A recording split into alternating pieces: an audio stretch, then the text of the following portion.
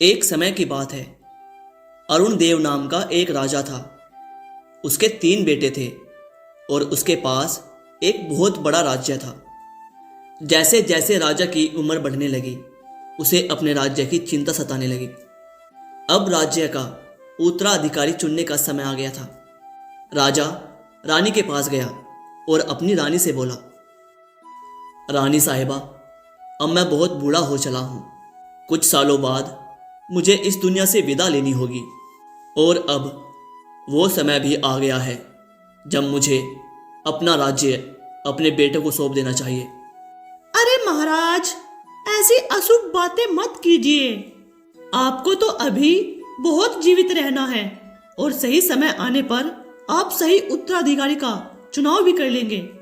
नहीं रानी साहिबा, इस धरती पर कोई भी अमर नहीं है। एक ना एक दिन सबको जाना है। मेरी चिंता ये है कि हमारे तीनों बेटों में से कौन ऐसा है जो प्रजा को साथ लेकर चलेगा और एक अच्छा राजा बन पाएगा। महाराज, आप ज्यादा चिंता ना करें। इसकी परीक्षा तो समय ही लेगा। इसे आप समय पर छोड़ दीजिए। इसे वक्त पर छोड़ने की जरूरत नहीं है रानी साहिबा। मुझे एक तरकीब सूझी है। इस तरकीब से शायद मैं अपने बच्चों की परीक्षा ले पाऊंगा और पता लगा पाऊंगा कि इनमें से कौन मेरा उत्तराधिकारी बनने के लायक है और कौन इस राज्य का एक अच्छा राजा बन पाएगा। अगले दिन राजा अपने मित्र मंगल के पास जाता है। कैसे हो मंगल? अरे अरे, इतने बड़े महाराज और आज मेरी कुटिया में। बताइए महाराज, आपका यहाँ कैसे आना हुआ? अरे मंगल, दुनिया की नज़रों में मैं महाराज हूँ, पर तुम्हारा तो बचपन का मित्र हूँ ना। शायद पहली बार हो रहा है ऐसा कि खुद कृष्ण सुदामा की कुटिया में पधारे हैं। अब तुम चाहे जो कहो, पर सत्य तो ये है कि मुझे तुमसे मदद चाहिए। आपके पास तो भगवान का दिया हुआ सब कुछ है महाराज, फिर आपको मेरी ज़रूरत कैसे पड़ गई? हाँ, मुझे पता है मंगल, मेरे पास भगवान का दिया हुआ सब कुछ है, पर मैं जिस दुविधा में पड़ गया हूँ उससे बाहर मुझे बस तुम ही निकाल सकते हो। जी, तो फिर बताए मुझे क्या करना होगा? असल में कुछ सालों बाद मेरी हालत ऐसी नहीं रहेगी कि मैं राज्य चला सकूं। मुझे अपने तीनों बेटों में से किसी एक को राजगद्दी सौंपनी होगी। अब कौन उस राजगद्दी का असली हकदार है और कौन सच में काबिल है, ये पता लगाने के लिए तुम्हें और मुझे एक नाटक रचना होगा। कैसा नाटक महाराज? राजा मंगल सीनू को अपनी सोची हुई योजना विस्तार से समझा देता है। ठीक है, मैं समझ गया महाराज। आप चिंता ना करें महाराज, मैं इसे बहुत अच्छे से कर लूँगा। इस नाटक से मुझे ये पता लग जाएगा कि मेरे तीनों बेटों में से कौन एक सच्चा इंसान है और प्रजा की देखभाल कर सकता है, और उसी बेटे को मैं अपना सिंहासन दे दूंगा। इतना कहने के बाद राजा अपने महल लौट आता है। महल पहुंचने के बाद राजा एक एक करके अपने पुत्रों को बुलाता है और उनसे बस एक ही बात बोलता है, प्रणाम पिताश्री, प्रणाम माताश्री। अजय, तुम मेरे सबसे प्रिय पुत्र हो और मुझे लगता है तुम सबसे काबिल भी हो। इसीलिए मैं चाहता हूँ कि तुम्हें मेरी राजगद्दी का उत्तराधिकारी चुना जाए। ये तो मेरे लिए बहुत सौभाग्य की बात होगी पिताश्री। ठीक है पुत्र, अभी तुम जाओ, और हाँ, अभी ये बात तुम किसी से भी मत कहना कि मैंने तुम्हें अगले राजा के रूप में चुना है। थोड़ी देर बाद राजा विजय को अंदर बुलाता है और उससे भी वही बातें कहता है कि वो अगला राजा बनेगा। फिर थोड़ी देर बाद उसका तीसरा पुत्र धनंजय भी अंदर आता है और राजा उससे भी वही कहता है कि अगला राजा उसे चुना जाएगा। महाराज, आपके मन में चल क्या रहा है? आपने तीनों राजकुमारों से सिंहासन का वादा कर दिया, पागल हो गया क्या जी? बुद्धि बुद्धि सटक गई है क्या? आप ऐसा क्यों कर रहे हैं, बताइए तो। महारानी साहिबा, आप सोच रही होंगी कि मैंने अपने तीनों बेटों से एक ही वादा क्यों किया है। असल में रानी साहिबा, ये मेरी योजना का एक हिस्सा है। मैं ये देखना चाहता हूँ कि कौन सा बेटा सच्चाई, कर्तव्य और अपनी प्रजा के प्रति वफादार रहेगा। इस परीक्षा से मैं ये जान पाऊंगा कि उन तीनों में से कौन सा पुत्र सच में इस राज्य का योग्य उत्तराधिकारी है।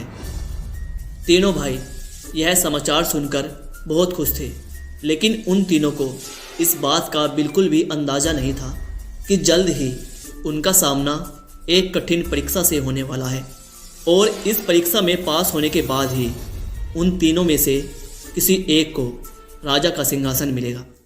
कई दिन बीत जाते हैं। तीनों भाई राजा बनने के सपने देख रहे थे।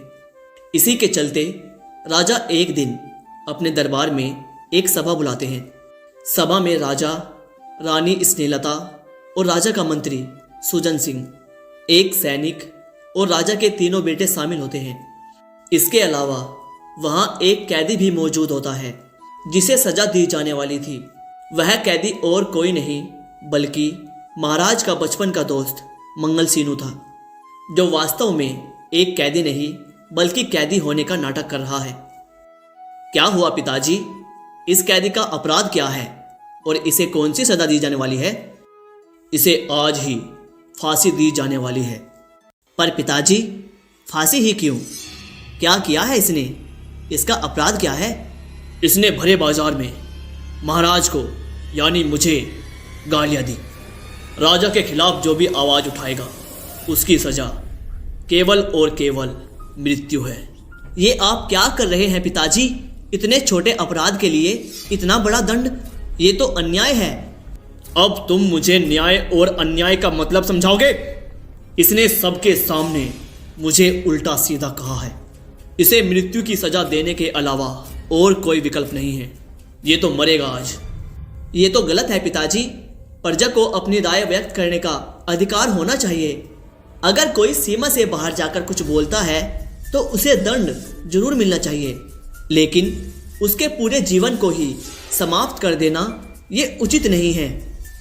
मैं आप तीनों राजकुमारों से हाथ जोड़ के विनती करता हूँ, मेरी इस गंभीर गलती को माफ करवा दे और मुझे एक और मौका देने की कृपया करें। अरे वाह, ये मंगल सीनू तो वाकई में एक शानदार नाटक कर रहा है। एक्टिंग का बादशाह है, कसम से बहुत अच्छी एक्टिंग कर रहा है। पिताश्री, मैं समझ चाहूँगा, पर मैं आपके इस निर्णय के बिल्कुल खिलाफ हूँ। अच्छा, और कौन है जो मेरे इस निर्णय के खिलाफ है? और कौन इस अपराधी को बचाना चाहता है? मैं भी इसके खिलाफ हूँ पिताश्री। हाँ पिताजी, मैं भी इसके खिलाफ हूँ। वाह, मेरे तीनों बेटे न्याय की समझ रखते हैं। ये जानते हैं कि इस अपराध का क्या दंड होना चाहिए। तो आप तीनों ये चाहते हैं कि इस कैदी को मृत्यु दंड ना दिया जाए। ठीक है, आप तीनों एक एक करके मेरे कमरे में आइए। राजा अपने कमरे में चला जाता है और सबसे पहले विजय को अंदर बुलाता है। प्रणाम पिताजी। तो तुमने मन बना लिया है कि तुम इस अपराधी को मृत्यु की सजा नहीं देना चाहते? जी पिताजी, मुझे लगता है उस अपराधी को एक छोटे से अपराध के लिए बहुत बड़ी सजा दी जा रही है। ठीक है, ठीक है। अगर तुम इस कैदी को मृत्यु दंड से बचाना चाहते हो तो तुम्हें इसके लिए कीमत चुकानी होगी। मैंने जो तुम्हें सिंहासन देने का वादा किया था उसे हमेशा हमेशा के लिए भूलना पड़ेगा। क्या तुम ऐसा करने के लिए तैयार हो? क्या? हाँ, तुम एक राजा के निर्णय को बदलने की बात कर रहे हो। इसकी कीमत तो तुम्हें चुकानी पड़ेगी। जो सिंहासन देने का वचन मैंने तुमसे किया था उसे हमेशा हमेशा के लिए भूलना पड़ेगा। बोलो, क्या तुम ऐसा करने के लिए तैयार हो? पिताजी, मैं एक आम इंसान की जान बचाने के लिए अपना भविष्य दांव पर नहीं लगा सकता। आप उसे मृत्यु दंड दे दीजिए। वाह, ये तो बड़े न्याय की बात कर रहा था, और जब बलिदान देने की बात आई तो पीछे हट रहा है। ये तो राजा बनने के काबिल बिल्कुल नहीं है। ठीक है, मैं समझ गया, अब तुम यहां से जाओ। फिर थोड़ी देर बाद राजा अजय को कमरे में बुलाता है। बेटा अजय, अगर तुम चाहते हो इस व्यक्ति को मृत्युदंड ना मिले तो तुम्हें इसकी कीमत चुकानी होगी। इस व्यक्ति की जान के बदले तुम्हें अपने भविष्य का सिंहासन छोड़ना होगा। क्या एक आम इंसान की जिंदगी बचाने के लिए मुझे अपना सिंहासन छोड़ देना चाहिए? ये कतई नहीं होगा मुझसे। मैं इतना बड़ा देवता नहीं हूं कि इतना बड़ा बलिदान दे सकूं। पिताश्री, आप उसे मृत्यु की सजा दे दीजिए, मैं कोई विरोध नहीं करूंगा। अजय की बात सुनकर राजा बहुत उदास हो जाता है, क्योंकि उसका दूसरा बेटा भी सिंहासन के लिए पलट गया। अब राजा को पूरी उम्मीद अपने तीसरे बेटे से थी। और थोड़ी देर बाद धनंजय भी कमरे में आता है। प्रणाम पिताजी। बेटा धनंजय, क्या तुम उस कैदी को मौत की सजा से बचाने के लिए तैयार हो? हाँ पिताजी, मैं इस अपराध के बिल्कुल खिलाफ हूँ। न्याय यही कहता है कि जितना बड़ा अपराध हो, दंड भी उतना ही होना चाहिए। ना तो बड़े अपराध के लिए छोटी सजा होनी चाहिए और ना ही छोटे अपराध के लिए बड़ी सजा होनी चाहिए। ठीक है, अगर तुम चाहते हो कि मैं अपना निर्णय बदलूं और कैदी की जान बख्श दूं, तो तुम्हें इसकी एक बहुत बड़ी कीमत चुकानी पड़ेगी। जी बिल्कुल, मैं उस व्यक्ति को न्याय दिलाने के लिए कुछ भी करने को तैयार हूं। बताइए, मुझे क्या बलिदान देना होगा? याद है, मैंने तुमसे कहा था कि मैं तुम्हें अपना उत्तराधिकारी बनाऊंगा। बस तुम्हें इसी का बलिदान देना होगा। अगर तुम चाहते हो कि वो इंसान बच जाए, तो तुम्हें राजा बनने का सपना हमेशा हमेशा के लिए छोड़ना होगा। धनंजय पल भर में जवाब देता है, मुझे मंजूर है पिताश्री। दुनिया का कोई भी सिंहासन प्रजा से बड़ा नहीं होता, और अगर मैं प्रजा के साथ अन्याय होने दूं तो मैं सच में राजा बनने के काबिल नहीं रहूंगा। राजा धनंजय से यह सुनकर बहुत प्रसन्न हो जाता है। आखिरकार मुझे अपना उत्तराधिकारी मिल ही गया। मेरे दोनों बेटे अपने स्वार्थ को प्रजा से ऊपर रखते थे, मगर धनंजय उन दोनों से अलग है। धनंजय प्रजा को न्याय दिलाने के लिए अपने सिंहासन का त्याग करने तक को तैयार है। धनंजय, मेरे बेटे, तुम परीक्षा में सफल हुए। कैसी परीक्षा पिताश्री? आओ, मैं तुम्हें उस कैदी से मिलाता हूं। तभी मंगल सीनू अंदर आता है।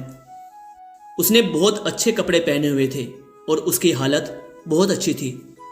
धनंजय जब उसे देख रहा था तो धनंजय को बिल्कुल भी ऐसा नहीं लग रहा था कि वह एक कैदी है जिसे मौत की सजा दी जानी थी। मेरे वर्तमान और भविष्य के महाराज, आप दोनों को मेरा प्रणाम। पिताजी, ये इंसान तो वही अपराधी है। हाँ, ये वही है। इस इंसान ने कोई अपराध नहीं किया है और ना ही इसे कोई मौत की सजा दी जाने वाली है। ये मेरा बचपन का दोस्त मंगल सीनू है, जिसके साथ मिलकर मैंने ये नाटक रचा और अपने तीनों बेटों की परीक्षा ली। अजय और विजय अपने स्वार्थ की वजह से इस परीक्षा में सफल नहीं हो पाए, लेकिन तुम अपने न्याय पर अड़े रहने की वजह से इस परीक्षा में सफल हो गए हो, और मैं तुमसे इस बात पर बहुत प्रसन्न हूँ। पिताजी, आपने बचपन में जो भी मुझे शिक्षा दी है, मैंने उसे अपने जीवन में पूरी तरह से अपनाया है। मैं जानता हूँ पिताजी, इस संसार में न्याय से बड़ा और कुछ भी नहीं है। एक राजा एक निर्दोष को कभी सजा नहीं देगा। हाँ पुत्र, और इसीलिए तुम इस सिंहासन के लिए बिल्कुल परफेक्ट हो।